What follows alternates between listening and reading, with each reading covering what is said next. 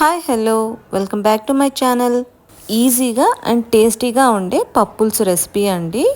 ఎండుమిర్చి పచ్చిమిర్చి యూజ్ చేయకుండా ఎలా చేయాలో చూద్దాము. ఒక గ్లాస్ కందిపప్పుని బాగా వాష్ చేసుకొని హాఫ్ అన్ అవర్ నానబెట్టుకోవాలి.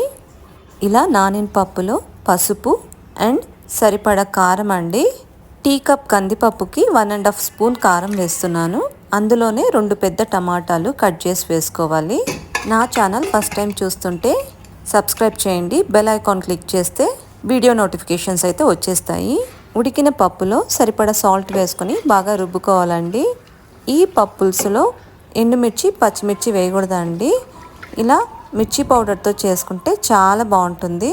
పెద్ద ఉసిరికాయ సైజు చింతపండు నానబెట్టుకొని జ్యూస్ చేసి అది వేసుకోవాలి. ఒక 5-6 వెల్లుల్లి రెబ్బలు దంచుకొని ఇలా పప్పుల్స్లో వేసుకొని ఈ పప్పుల్స్ సిమ్లో పెట్టుకొని ఒక 5 to 6 మినిట్స్ ఉడకనివ్వాలండి. ఖచ్చితంగా ఇలా సిమ్లో పెట్టుకొని అయితే ఉడకనివ్వాలి పప్పు. ఇలా పప్పును ఉడికించడం వల్ల పప్పుల్స్కి చాలా టేస్ట్ వస్తుందండి. పోపు పెట్టుకుందాము. సరిపడా ఆయిల్ వేసుకొని మెంతులు ఆవాలు జీలకర్ర వేసుకోవాలి. అవి చిటపట్లాడిన తర్వాత 2-3 ఎండుమిర్చి వేసుకోవాలండి. చిన్ని ఆనియన్ హాఫ్ వేసుకుంటే సరిపోతుంది. ఇలా చిన్న పీసెస్ కట్ చేసుకొని వేసుకోవాలి. అందులోని పచ్చి కరివేపాకు వేసి బాగా దోరగా వేగిన తర్వాత మంచి ఫ్లేవర్ కోసం ఇంగు వేసుకోవాలండి. ఇలా ఇంగు వేసి మంచి గోల్డెన్ కలర్కి వచ్చిన తర్వాత ఉడుకుతున్న పప్పును తీసి పోపులో కలిపేసేయాలి. ఈ పప్పుల్స్ మరీ చిక్కగా ఉండకూడదండి. పల్సంగా ఉంటేనే రుచి చాలా బాగుంటుంది.